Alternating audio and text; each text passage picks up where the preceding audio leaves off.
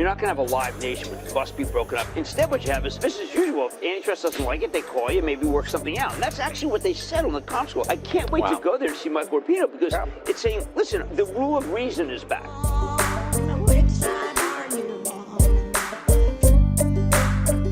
Let's go to this other clip. We've got another clip here. This one from CNBC, one of those business news channels, about and it's another clip where they're talking about some of what is to come, the impending firing, almost certain firing of Lina Khan from the FTC, despite J.D. Vance ostensibly being a fan. But let's take a look at this clip here from CNBC. It's lowered, but I come back, Carl. I'm going to see Live Nation today at the new Paramount in Brooklyn. Frank will not be there, unfortunately. It's a great hall. You're going to love it. Yeah, it is a great hall. But I would tell you that there's an example of Live Nation is a very clear example of what I'm talking about. There had been a really serious effort made at the beginning of this year to separate Ticketmaster from Live Nation, which really hurt their earnings. And what they talked about on the call was, hey, look, that may be done. We're going to have a more reasonable antitrust department. A more reasonable antitrust department is a PE multiplier because you're not going to get blindsided. Pause it. PE, private equity multiplier. I mean, we're talking about here these business types. Remember, CNBC is not NBC. It's not ABC. It's not, these are, all of these companies, all of these news stations are corporate outlets, but CNBC is specifically geared towards a smaller viewership of high wealth individuals, of business owners, of elites, right? That is their audience. And so they're talking here about how the situation for private equity under a Trump FTC is going to be multiplicatively better. And that doesn't bode well for folks like me. In this context, we're talking about Live Nation. Folks like me who want to be able to go to a concert for a reasonable price on the weekends, right? Or for folks like Adam who work for these concert venues and want to be able to make a reasonable wage. Right? These are and both of us are getting screwed. The people who put on these shows are getting screwed by these corporate, in their cases, monopsonies.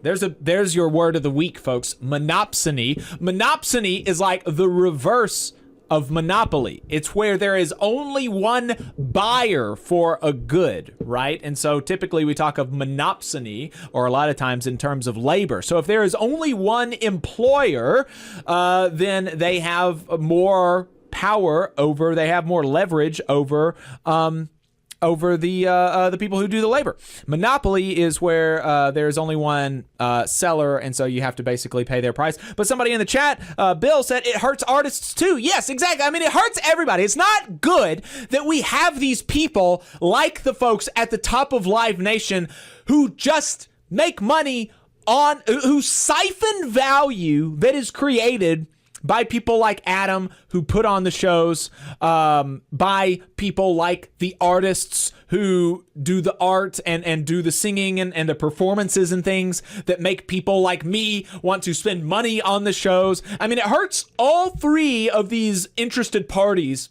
The only people that these Live Nation type monopolies benefit is the folks at the top who are not producing any value. They are making money because they have money, right?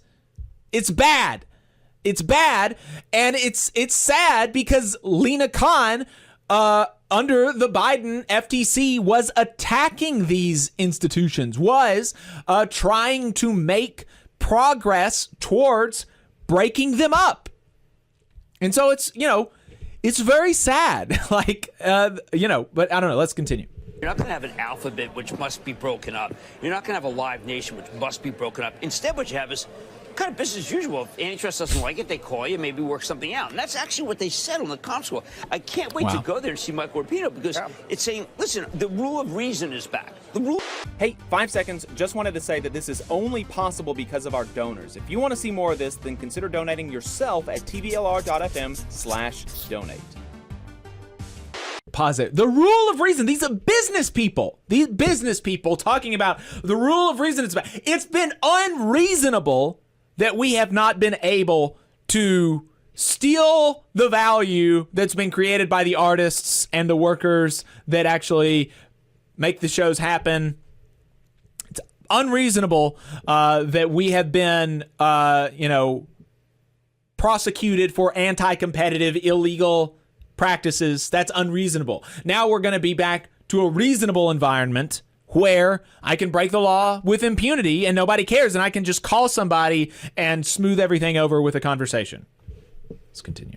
It's interesting because it wasn't the quarter wasn't perfect. Sales did miss the revenues at were all lower. 3 divisions, and yet the dynamic you're describing results in what we got today. Look, you split that company up, and you have a company that doesn't do as well. And one of the things that I think that we all have to recognize is not do as well versus well is part of what was going on with the administration's antitrust department, which is that we're not going to have these companies do as well.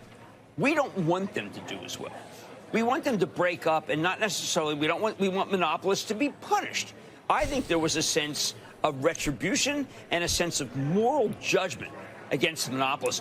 Okay, pause it. Like, this is just so difficult for me to, like, grasp, as, like, this guy is totally bumfuddled that somebody would morally judge a monopolist. Like, he's saying this as if it is a neutral term, right? Monopoly, like, yeah, just by virtue, if you were a monopolist without doing anything bad, like, it would be bad to be a monopolist. Like, you should be morally judged just simply for the fact that you are a monopolist, like, with nothing else happening. You can be a benevolent dictator, but it is still morally wrong that you are a dictator, right?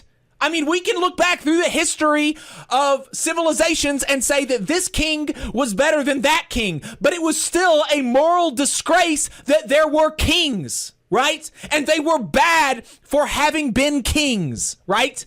And so it is bad to be a monopolist. Point blank, end of discussion. But also, in addition to being monopolists, these people like Live Nation are exploiting all of the other parties in this because they can. And they're doing these anti-competitive practices because they can and because they have the power. And so, like, there's double reason to morally judge them. I am bamboozled. I am bewildered. I don't know. It's bonkers. It's bonkers. Okay, let's continue. If you read what the Justice Department said about it, they were adamant that, look, this is... Right. Yeah.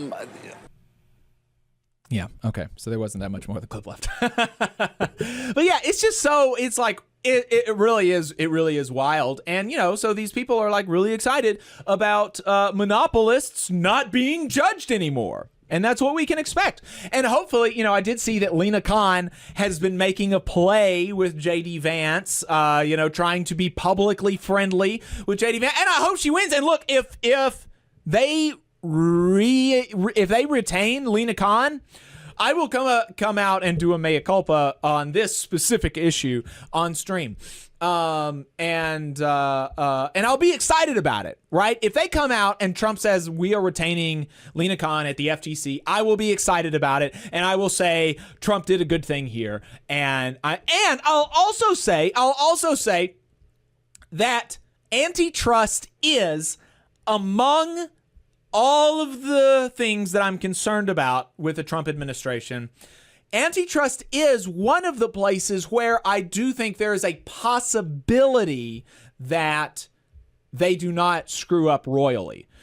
Because there were some cases that the Trump administration in the first administration did under the Department of Justice Antitrust Division, if I'm remembering this correctly, I believe this is the case, that the Biden administration carried over. And so there has been something of a, and that was related to like farmers, if I'm remembering correctly.